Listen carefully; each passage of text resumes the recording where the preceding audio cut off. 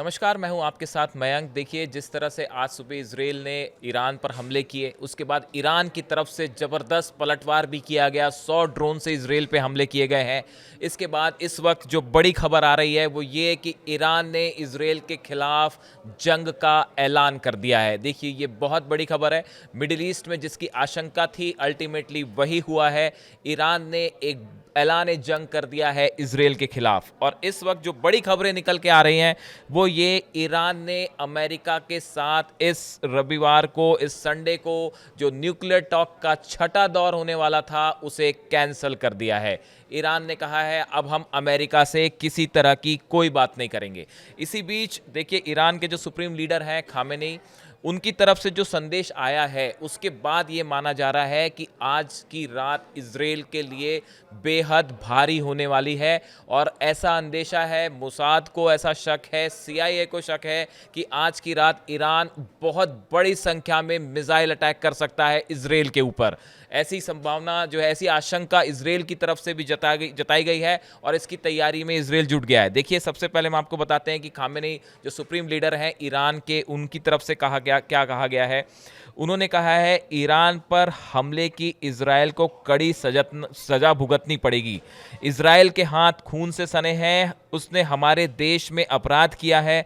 आवासीय केंद्रों पर हमला करके इजराइल ने अपनी दुर्भावना उजागर कर दी है। इसका करारा जवाब दिया जाएगा। देखिए, खामेनी की तरफ से जो सुप्रीम लीडर हैं उनकी तरफ से मैसेज बिल्कुल साफ है। उन्होंने सोशल मीडिया साइट पे उनकी तरफ से कहा गया है, with this crime the Zionist regime has set itself for a bitter and painful fate and it will definitely receive it. उन्होंने कहा है कि इजराइल को जो उन्होंने हमले किए न्यूक्लियर साइट्स पे और मिलिट्री साइट्स पे, इसका कड़ा जवाब दिया जाएगा। और ऐसा माना जा रहा है कि अगले चंद घंटों में, आज रात को, जैसा हमने पिछली बार देखा था कि ईरान ने 180 से ज़्यादा बैलिस्टिक मिसाइल्स फायर की थी इजराइल के ऊपर, एक बार फिर ऐसा ही कुछ होता दिखाई दे रहा है। और जिसके लिए देखिए अब इजराइल में ज़बरदस्त अलर्ट है। इस बात को इजराइल अच्छी तरह से समझ रहा है, नेतन्याहू भी समझ रहे हैं कि बड़ा सख्त जो है वो रिवर्ट होने वाला है ईरान की तरफ से। और इसकी तैयारियां भी जो है इजराइल ने शुरू कर दी हैं।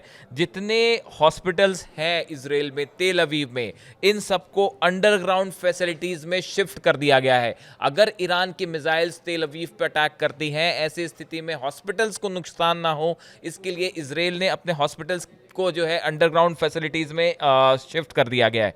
इसके अलावा लोगों को यह हिदायत दी गई है कि आप अपने घरों में रहें, बंकर्स के आसपास रहें। अलार्म्स अगर बजते हैं, इजराइल में मोबाइल पे भी अलर्ट मैसेजेस आते हैं, अलार्म बजते हैं तो तुरंत आप बंकर्स की तरफ मूव कर जाइए। इसके अलावा देखिए, बेन गुरियन जो इजराइल का एयरपोर्ट है, तेल अवीव का एयरपोर्ट है, यहाँ से सारे पैसेंजर विमान जो है, एयरक्राफ्ट जो है वो हटा लिए गए हैं। इस वक्त की बड़ी खबर, इजराइल में टोटल जितने फ्लाइट्स हैं, इंटरनेशनल फ्लाइट्स, उन सबको इजराइल से बाहर भेज दिया गया है।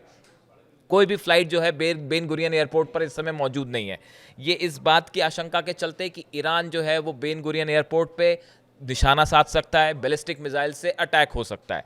इसके अलावा जो बड़ा डेवलपमेंट है एक, कि देखिए आज सुबह जिस तरह से अटैक हुए ईरान में, 4 न्यूक्लियर फैसिलिटीज़ पे अटैक हुआ है अलग अलग।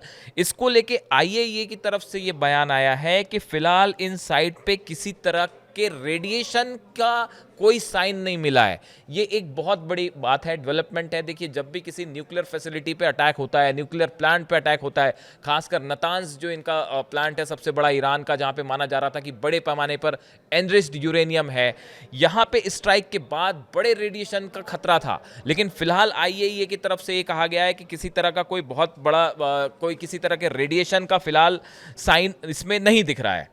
अब देखिए, इसके बाद एक बयान ट्रंप की तरफ से भी आया है। ट्रंप ने कहा है कि मैंने ईरान को समझौता करने के लिए कई मौके दिए, लेकिन ईरान ने ऐसा नहीं किया। ईरान को एक समझौता करना चाहिए इससे पहले कि कुछ भी ना बचे। जिस तरह से ईरान और अमेरिका के बीच बातचीत चल रही थी, अमेरिका ईरान पर न्यूक्लियर डील के लिए दबाव बना रहा था कि यूरेनियम एनरिचमेंट का अधिकार पूरा तरह से ईरान छोड़ दे, लेकिन ईरान इसके लिए तैयार नहीं था। ईरान की तरफ से मैसेज साफ था कि यूरेनियम एनरिचमेंट करना हमारा अधिकार है और हम इसे किसी सूरत में नहीं छोड़ेंगे। उसके बाद इजराइल की तरफ से जो अटैक हुए आज ईरान में, मिलिट्री साइट्स पे, न्यूक्लियर फैसिलिटीज़ पे, उसके बाद अब पहला जो रिवर्ट था ईरान की तरफ से, करीब 100 से ज़्यादा ड्रोन फायर किए गए इजराइल के ऊपर। इजराइल की सैन्य का कहना है कि उसे काउंटर किया जा रहा है। अब उसके बाद जो अंदेशा है कि आज की रात, जो सोशल मीडिया में जिस तरह से कहा जा रहा है कि आज की रात इजराइल के लिए कयामत की रात है और आज की रात कोई बड़ा हमला हो सकता है। देखिए, इसके साथ ही नेतन्याहू की तरफ से जो बयान आया है, उन्होंने एक तो इसको ऑपरेशन राइजिंग लॉयन नाम दिया है, और मिलिट्री ऑपरेशंस जिस तरह से इजराइल ने किए हैं, वो नेतन्याहू का कहना ऐसा है कि ईरान के न्यूक्लियर साइट्स हमारे लिए बड़ा खतरा थे। ईरान न्यूक्लियर बम बनाने के करीब था और न्यूक्लियर बम बनाने की क्षमता हासिल भी कर चुका था, इसलिए ये हमला किया है। अब इस पूरे मामले में देखिए, ईरान की तरफ से संदेश बहुत साफ है, सख्त कार्रवाई होगी, वैसी कार्रवाई होगी जो शायद पहले कभी नहीं हुई। अब ये इंतजार करना होगा ये कार्रवाई कैसे होती है। ईरान के स्पोक्स पर्सन है, वो कह रहे हैं Iran is in the process of making a fateful decision in the hours to come. There will be a retaliation this time very much different from the previous ones. पहले की तरह Iran ने जिस तरह से अटैक किया Israel पे, इस बार उससे अलग हमला होगा। कुछ ऐसा हमला होगा जो इजराइल ने एंटिसिपेट नहीं किया है। अब पूरी दुनिया की नज़र इस बात पे है कि क्या आज रात को ईरान की तरफ से कोई बड़ा अटैक होने वाला है। सऊदी अरेबिया का इस पूरे मसले को लेकर जो बयान आया है, सऊदी अरेबिया ने हमले की निंदा की है और उन्होंने कहा है कि सिक्योरिटी काउंसिल को फ़ौरन जो है वो इस मामले में हस्तक्षेप करना चाहिए।